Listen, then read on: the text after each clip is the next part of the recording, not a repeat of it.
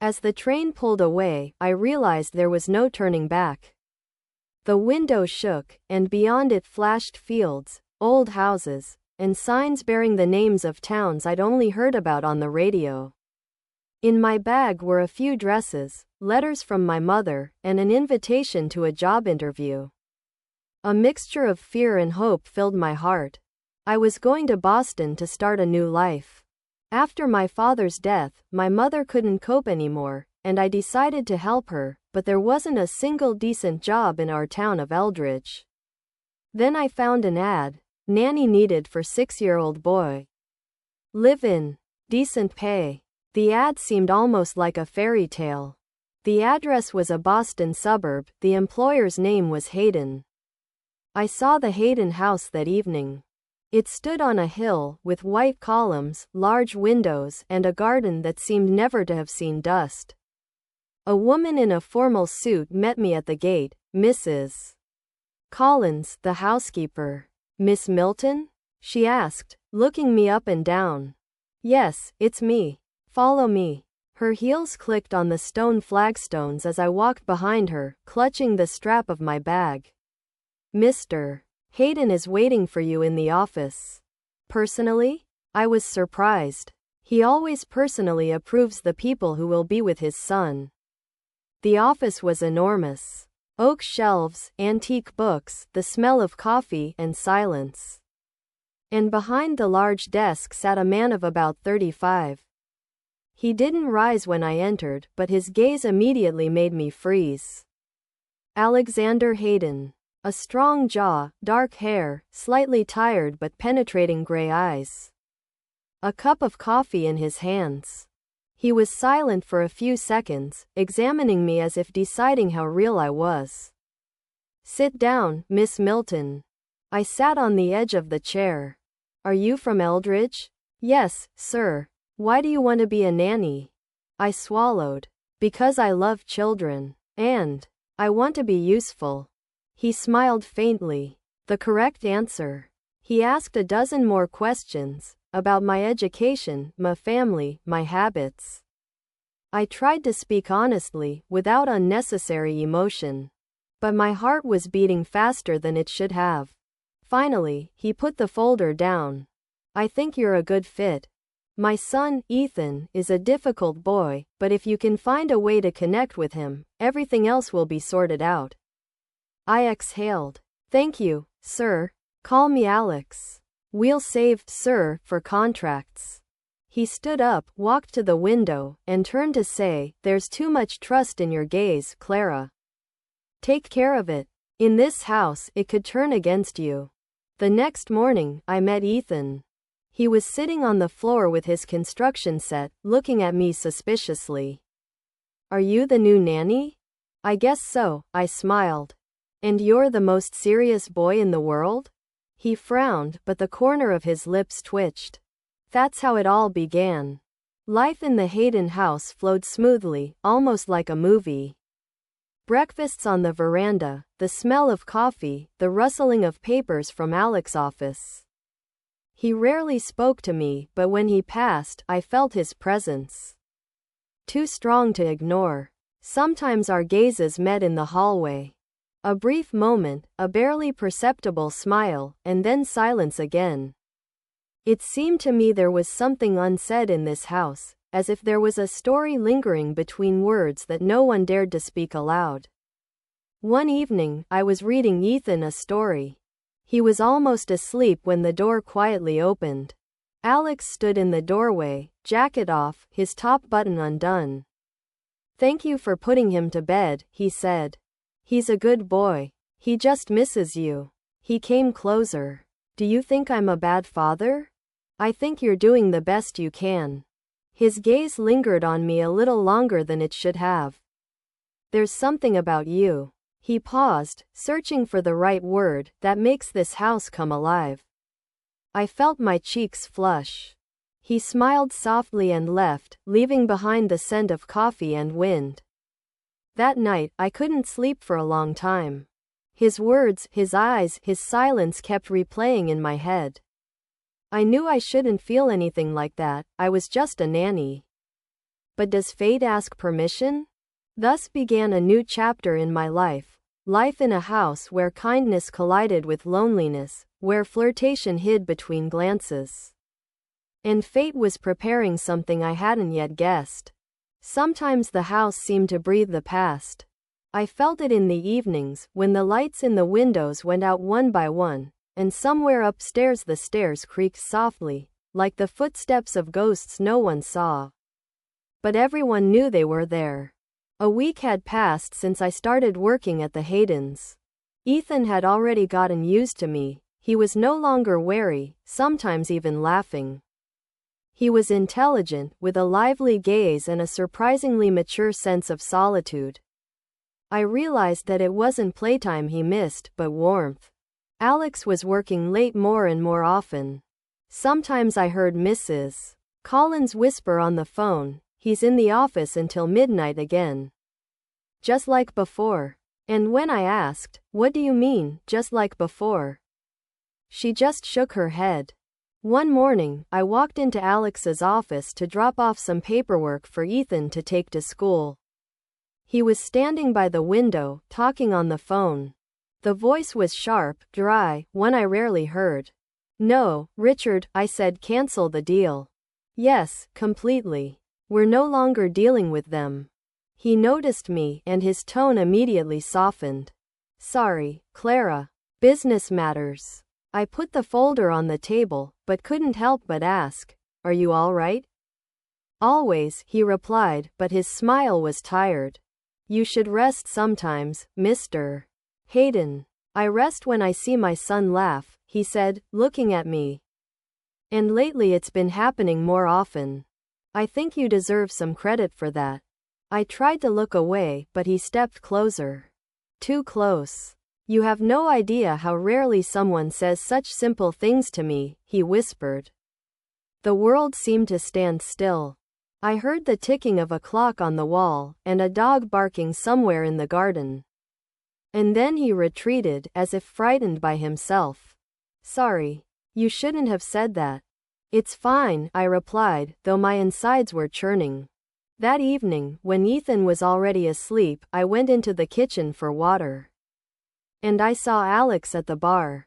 Jacket off, shirt unbuttoned, holding a glass of wine.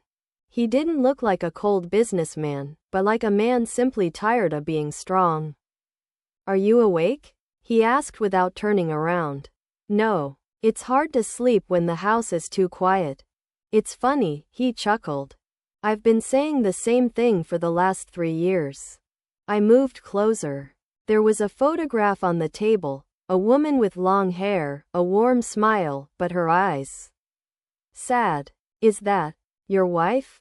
I asked cautiously. He nodded. She was. Silence hung between us, thick as smoke. "She died 3 years ago. And with her, a part of me, I guess." He spoke calmly, but his voice held something I didn't recognize, longing, guilt, and something else. "Hope? I'm sorry," I said quietly. "No need. You don't have to feel sorry. Just." He turned, and our eyes met. "Don't disappear. This house gets used to emptiness too quickly." Something had changed since then. He became more attentive, not ostentatiously, but almost invisibly. He left a cup of my favorite tea in the kitchen, brought me books, and spoke briefly but warmly. Sometimes, when I passed his office, I caught his gaze, not just grateful, but warm, lively, with a hint of flirtation that made me feel both awkward and pleasant. But I knew where the boundaries were. I'm a nanny. He's my employer. There are too many don'ts between us. One day, Ethan asked us to go to the park together. We went boating, fed the ducks, and laughed. Alex looked happy. Even Ethan said, looking at us, "Dad, you're smiling again. Like you used to." I felt Alex look at me. "We must have a good therapist, son," he said with a slight smile. At that moment, I realized I was becoming a part of their lives.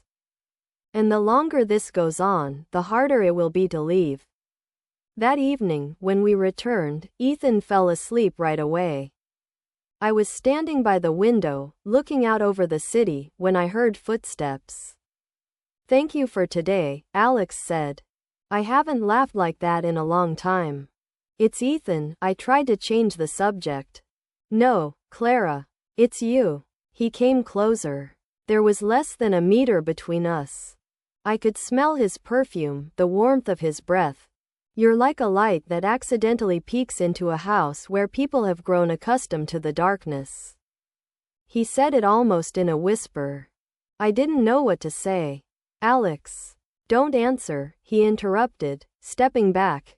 "It's just the truth." He smiled and left, leaving me with a heart that no longer obeyed. I didn't sleep that night. Between the lines of my dreams and reality stood he, a man who hadn't yet let go of the past, and I, a girl who didn't know how to avoid becoming his future. And yet, somewhere deep inside, I felt, fate had already set the pieces. And the game began. Sometimes the scariest thing isn't what happens, but what might. After that evening of wine and conversations about the past, I began to fear not the nights but the mornings. Because every morning began the same way. I'd go down to the kitchen and catch myself listening, wondering if he was coming. Alex almost always showed up at the same time, at 7:30. White shirt, hand on a cup of coffee, a look that suggested more fatigue than sleep. Sometimes he'd simply nod. Sometimes he'd say, "Good morning, Clara. You seem somehow spring-like today." And that spring-like stayed with me all day. I tried to convince myself it was all a small thing. That I was simply overly sensitive, and he was habitually polite. But my heart knew, things become serious when you start to memorize the intonation of someone else's thank you. That day, I was walking home from school with Ethan. A cold wind blew, and the boy hid behind me, laughing. When we entered the house, Alex was already waiting, earlier than usual. "I decided not to go to the office today," he said. "Could we have lunch together?" I nodded, trying not to show my shaking fingers. We didn't talk much at lunch. He asked about my childhood, about Eldridge, about why I chose this particular job. I answered as best I could, trying not to sound too naive. When I told him that as a child I dreamed of being a teacher, he smiled. "You are a teacher, Clara. You just don't know it." "Why do you think that?" "Because you're a good listener. And you get people to say things they've been hiding for a long time." He fell silent, looking at me a little longer than was appropriate. The world seemed to shrink to a small table, glasses of water, and his gaze. After lunch, I went into the garden where Ethan was playing with the dog. The wind caught strands of my hair, and suddenly I heard behind me, "This color suits you." Alex stood on the terrace. A coffee cup in his hand, a tired smile on his face. "You don't see what he's like," I said, laughing. "I see. It's the color of freedom. And a little stubbornness." He walked down the steps and stopped next to me. Too close. I smelled his perfume, warm, spicy, almost elusive. "Clara," he said quietly, "have you ever considered that sometimes a person doesn't appear by chance?" "Probably," I replied. "But I don't know what to do about it." He looked toward his son, then back at me. "Nothing. Sometimes it's enough to just be there." That evening, I couldn't find peace for a long time. Everything inside me felt taut. I was afraid it would snap. When I went into the kitchen to get some water, the light was already off. But there was a silhouette standing by the window. "Sorry," I whispered. "I didn't know you were here." "It's okay." I couldn't sleep. We were silent. The moonlight fell on his profile, clear, as if carved from stone. "This house has changed," he said.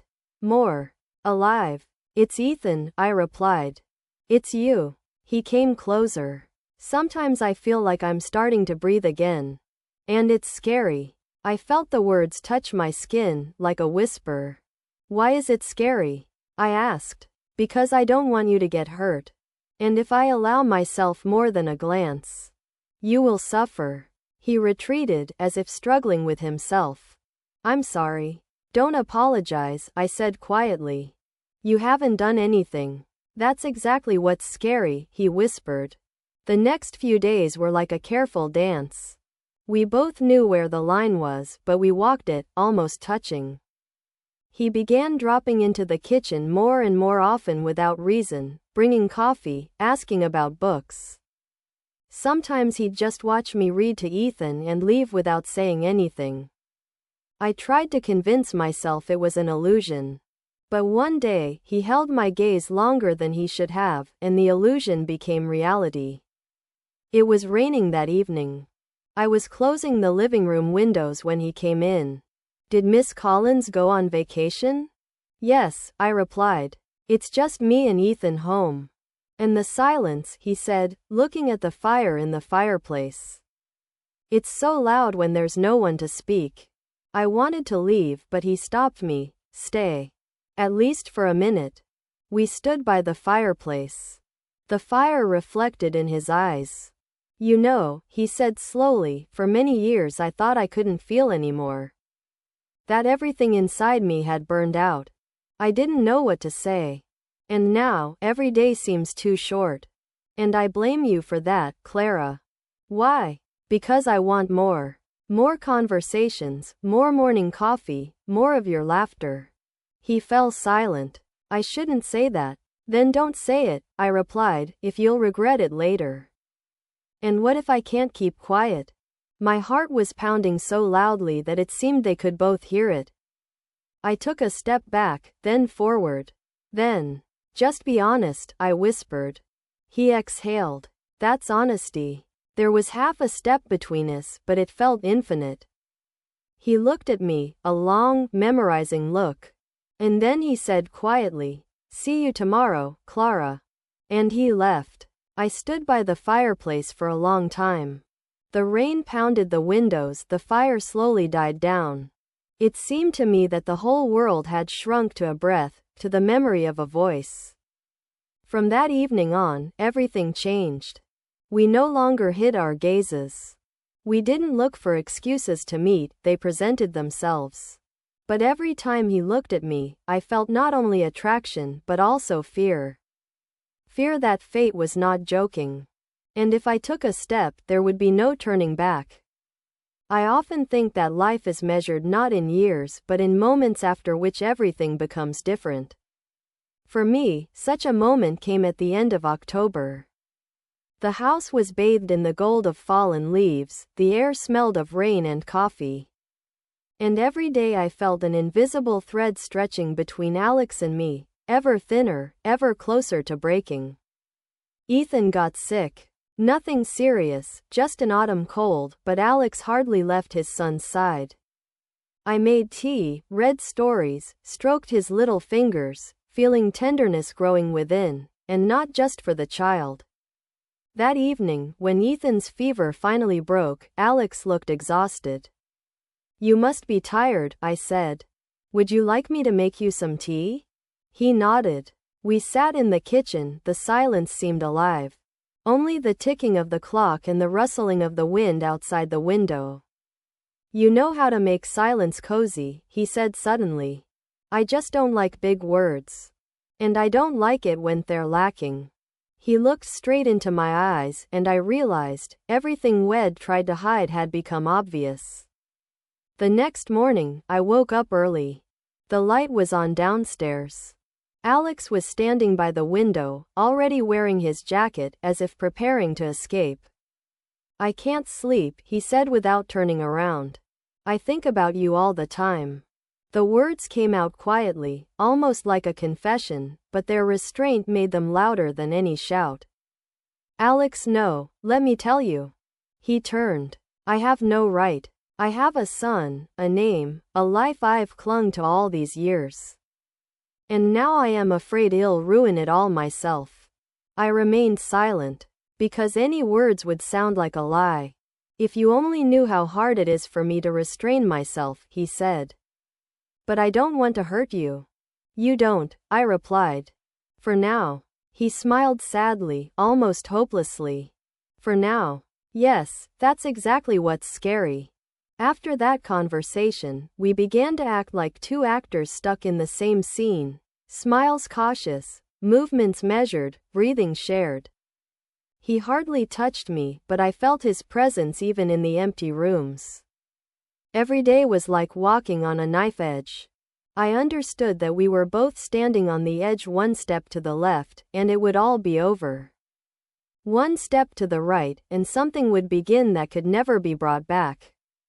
One day, Alex went into town on business. The house seemed huge and cold. I caught myself missing not him, but the sound of his footsteps, the shadow in the doorway. When he returned, it was already getting dark. I was standing in the garden, wearing an old sweater, my hands in my pockets. He approached silently, as if afraid to spoil the moment. "You're cold," he said. "Go inside." "No, I wanted to get some air. At least let me have my coat." He draped it over my shoulders, a light movement, but it seemed to cut into my skin. I felt his palms, warm, strong, and my heart fluttered. "Thank you." "Don't thank me. It's just a coat." But there was nothing just in his voice. We stood close, too close to breathe freely. And yet no one backed away. "Clara," he said quietly. "Tell me if I'm crossing the line. And what if I don't want you to stop?" He closed his eyes as if the words hurt. "Then I have to be stronger." "But why always you?" I asked. "Why can't we just be honest, even for a minute?" He sighed, and I realized honesty was what he feared most. "Because honesty destroys," he said. "And I don't want to destroy you." After that evening, we never spoke of what was between us again. But the attraction grew sharper, like a taut bow. Every glance was a confession. Every good morning a touch. I knew, sooner or later, something would happen. Not a scandal, not drama, just a moment when the impossible ceased to be impossible. At the end of November, Alex invited Ethan and me to a charity gala. I hesitated, but he insisted. "You're part of the family," he said. "And Ethan won't go without you." I put on a simple dark blue dress. He saw me at the foot of the stairs and froze. "You are gorgeous." I blushed. "It's just a dress." "No, Clara. It's you." The gala was noisy and glittering. He introduced me as his assistant and friend of the family. But every time our hands accidentally touched, I felt it was a lie. Later, on the way home, we drove in silence. The headlights reflected on the wet asphalt, and the car smelled of rain and his perfume. "Today you were." He hesitated. "As if you weren't from here." "Maybe because I'm not from here," I smiled. "No," he shook his head. "Because you are a reminder of what I was like when I still believed anything was possible." These words stayed with me for a long time. They were both warmth and pain. That night I didn't sleep. I heard the door creak downstairs, the footsteps fade away outside the office. And suddenly, silence. I knew he wasn't sleeping either. And I knew that if I went downstairs now, everything would change. Forever. But I stayed. Because love isn't always about taking a step forward. Sometimes it's about knowing how to stop. The next day, Alex left for London for a week. Before he left, he said, "When I left, I realized I was leaving a part of myself here." Don't say that. But it's true. He took my hand. "Just don't disappear, Clara." And he left. That week was the longest of my life. I realized I couldn't imagine days without his presence. Without his silence, without his gaze, in which I saw everything: fear, tenderness, prohibition. When he returned, I went out to greet him. He paused at the threshold, looking at me as if he was afraid to believe I was still there. "You're back," I said. "I promised," he replied. And then I realized, we had already crossed the line. Not with words, not with touch, simply by becoming a part of each other's lives. That night, I stared out the window for a long time. Leaves swirled in the moonlight, and music sounded somewhere in the distance. It seemed to me that everything was heading towards something I couldn't avoid. And perhaps fate had already decided for us. Sometimes it seems like life is waiting for you to finally start believing, and only then does it test how tightly you hold on to your feelings. After Alex returned, the house seemed to come alive. He started laughing more, playing with Ethan more often, and taking an interest in music again. But I felt something had changed. He became a little more distant, as if a new fear had settled within him. It all started with a phone call. I heard it that morning as I was making breakfast. The voice on the other end of the line was female, soft, confident, with an intonation that needs no introduction. His back was to me, but by the way his shoulders tensed, I knew this wasn't just a business conversation. When he hung up, he noticed my gaze and said quietly, "An old acquaintance." "From the past? The kind you don't talk about?" I asked. He smiled, mirthlessly. "The kind best forgotten." But his eyes said something else, the past wouldn't let go. That evening, I found him in his office. On the desk stood an old photograph, him, a young woman, and a boy of about 5. "Is this your family?" I asked cautiously. He didn't answer right away. Then he said, "My ex-wife. We separated many years ago." I wanted to leave, so as not to disturb him, but he added, "She wants to come back. For her son's sake, she says." The world suddenly felt small. I sat up, trying not to look at him. "And you?" "I don't know." He sighed. "I thought it was all long gone. That there was nothing left in me. But when you hear a familiar voice, you understand, time heals but doesn't erase."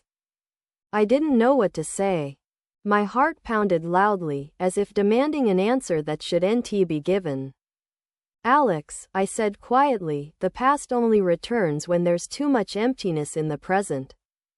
He looked at me for a long moment, as if he wanted to say something, but couldn't bring himself to do so. The next few days passed in anticipation. He often left, returned late, and spoke little. I tried to convince myself that it was all just his work, just fatigue. But deep down I knew, it was her. One evening, when Ethan was already asleep, he approached me in the garden. "She's coming tomorrow," he said. I froze. "For how long?" "I don't know." There was an uncertainty in his voice I'd never heard before. "I have to meet her, Clara." "For Ethan?" "For closure." I nodded. "Of course." But when he left, I couldn't hold back my tears. She turned out to be beautiful, one of those women who walk into a room as if the world belonged to them. Blonde, expensive scarf, cold smile. I saw them from the window. Alex was saying something, she was laughing. Her hand touched his shoulder, casually but confidently. I found it hard to breathe. That evening, he entered the house, tired and silent. "Did you meet?" I asked, feigning indifference. "Yes. We talked. She wants to stay for a few days, to see her son." I nodded as if everything was fine, although something inside me was crumbling. Those days had been torture. The three of them were walking together, Alex, Ethan, and she.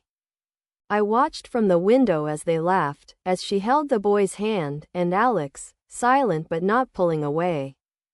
And every time I met their gaze, he looked away. One evening, I couldn't take it anymore. "You've changed," I said when he returned. "I'm just trying to figure it out." "Her? Or myself?" He looked straight at me, as if trying to figure out how much pain I could bear. "Us, Clara." The next day, she came into the kitchen.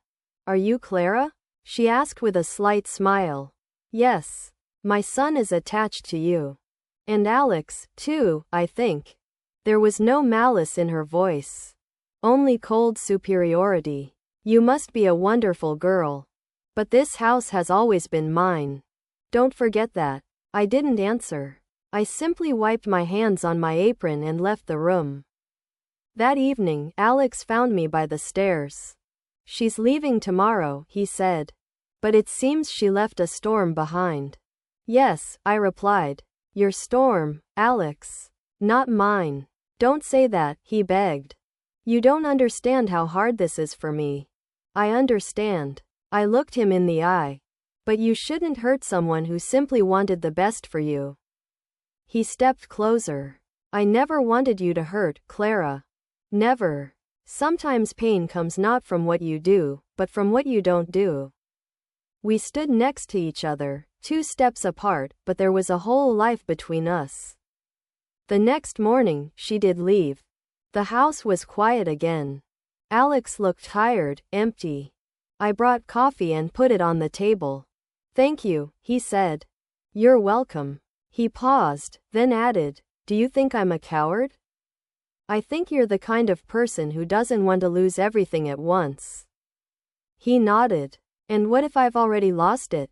Then all that remains is to understand whether it was worth it. He looked at me. And if it was worth it? I didn't answer. A week passed. Gradually, everything returned to its usual rhythm, but a shadow remained between us. Occasionally, he'd come into the kitchen like before, bring coffee, ask something, but I felt he wasn't the same anymore. And yet, one evening, as I was about to leave, he stopped me. Don't go, Clara. Why? Because I don't want to be alone again. He spoke quietly, wearily, without a trace of confidence. I'm tired of pretending I can control everything. I tried to be right, worthy, but all I have is you. Your voice. Your laughter. Your faith in everything I lost long ago. I stood silently. Alex. Are you sure this isn't just gratitude? If it were gratitude, I wouldn't be afraid of losing you. These words marked a point. And a new beginning. From that evening on, we stopped being afraid of silence. Sometimes we'd just sit next to each other, he reading, I writing something in a notebook. There was no longer pretense between us, but there was still caution. I knew the test wasn't over yet. Love isn't a reward, but a journey where every feeling is tested by pain. And if we can walk this path without betraying ourselves, then it wasn't in vain. Sometimes, looking at the sunset, I catch myself thinking that all the trials were necessary. To learn to appreciate, to understand that happiness isn't loud declarations but a simple stay. And that love isn't when it's easy, but when it's scary, but you still want to walk beside each other. Alex says that fate simply gave us time to test ourselves. I think it gave us a chance. And maybe that's precisely the true test, not to lose your heart, even when it hurts. They say fate favors those who wait. But I increasingly think it's simply testing how much pain we can bear before we decide what we truly want. A few weeks passed. The house was filled with familiar sounds again. Ethan's laughter, Miss Collins's quiet footsteps, the clink of cups in the morning. Only inside, everything was different. A silence settled between Alex and me, not cold but cautious. This happens when 2 people are afraid to say what's long been clear. I tried to act like I used to. Play with Ethan, read books, cook dinners. But every time I heard his voice in the next room, my heart sank. He avoided long conversations. Not because he didn't want to, because he didn't know where to start. And I didn't know how to end. One day, he left on business. He returned late. I was about to go to bed when I heard the front door slam. Clara, he called. I went downstairs. He was standing in the hallway, tired, wet, holding a folder. Can we talk? He asked quietly. We walked into the living room. The fire in the fireplace was barely flickering. He placed the folder on the table and stared at the flames for a long moment. I've decided to sell part of the company, he said finally. To start something new. Without old debts, without the past. It's a big step, yes. He looked at me. But I realized I'm holding on to something that died long ago. And now I want to live. I was silent, unsure whether to be happy or afraid. But to begin, you need to finish. And I must ask you, Clara, where do you see your place? Here? With me? Or further? He spoke calmly, but behind that calm there was pain. The question caught me off guard. I'd imagined this conversation so many times, and each time it sounded different. Now that it had happened, the words stuck in my throat. I don't know, Alex. You know. You're just afraid to say it. I looked up. I'm afraid. Because everything between us is like a dream. Beautiful, but fragile. You wake up, and nothing will remain. He stepped closer. Maybe I should stop being afraid? And what if regret comes later? It will come either way. But at least there will be something to regret. He spoke without emphasis, but every word left a mark. Alex, I said, you are a person who always chooses duty. I am a person who is used to losing. Maybe that's why we met. To understand that sometimes fate brings people together not to be together, but to learn to let go. He looked at me silently, as if afraid one wrong move would ruin everything. And you're ready to let go? He asked. No, I answered honestly. But maybe that's exactly why you have to. The next morning, I packed my things. Not everything, just the bare essentials. Ethan was asleep and Miss Collins was making breakfast. I was standing by the door, holding my coat when I heard footsteps. Leaving? Alex asked. I turned around. He was standing by the stairs, jacketless, disheveled, with the same look in his eyes that had once captivated me. Yes. I can't stay. Because you're afraid? Because I love you. The words sounded simple, without pathos. He came closer. I don't want you to leave. I don't want you to either. But if I stay, we'll lose ourselves. And if I leave, maybe we'll find each other again someday. As different people. He was silent, then said quietly, you made my home come alive. Thank you for that. And you made my life real. We stood a few steps apart. I knew that if I approached, I wouldn't be able to leave. And so I simply smiled. Goodbye, Alex. He nodded. See you later, Clara. I left that same day. The road stretched between hills, autumn trees bowed to the wind, and everything around seemed to say one thing. Every story must end, so that a new one can begin. In the following weeks, I rented a small apartment by the sea. I worked at the school and wrote in the evenings. Sometimes the silence seemed too loud, but inside there was no longer emptiness, only a bright sadness. One morning, a letter arrived. No return address. Inside, a short note, I have found what I was looking for. But if fate so wills, our paths will cross again. I reread it several times. And suddenly I smiled. Now, looking at the sea, I often think, love isn't always about being together. Sometimes it's about allowing the other person to become themselves, even if it means losing. Maybe someday I'll hear their voice again. Maybe not. But I'm not afraid anymore. Because I made a choice. Not between him and myself, but between fear and faith. And if fate ever brings us to the same door again, I will open it. 3 years have passed. Sometimes it seems like it was in another lifetime. That winter, the lake house, Ethan, the laughter in the hallways. And the quiet voice that made my heart clench as if time stood still. Now I live in a coastal town in the south of France. In the morning, I open the windows and the smell of the sea fills the room. I work in the library, hosting children's readings on weekends. Life has become quieter, calmer, but there's music in that silence. I no longer wait. I just live. One evening, as the sun was setting and the sky was turning golden, a man entered the library. Tall, slightly grayer, wearing a light shirt and with that same look you can't forget.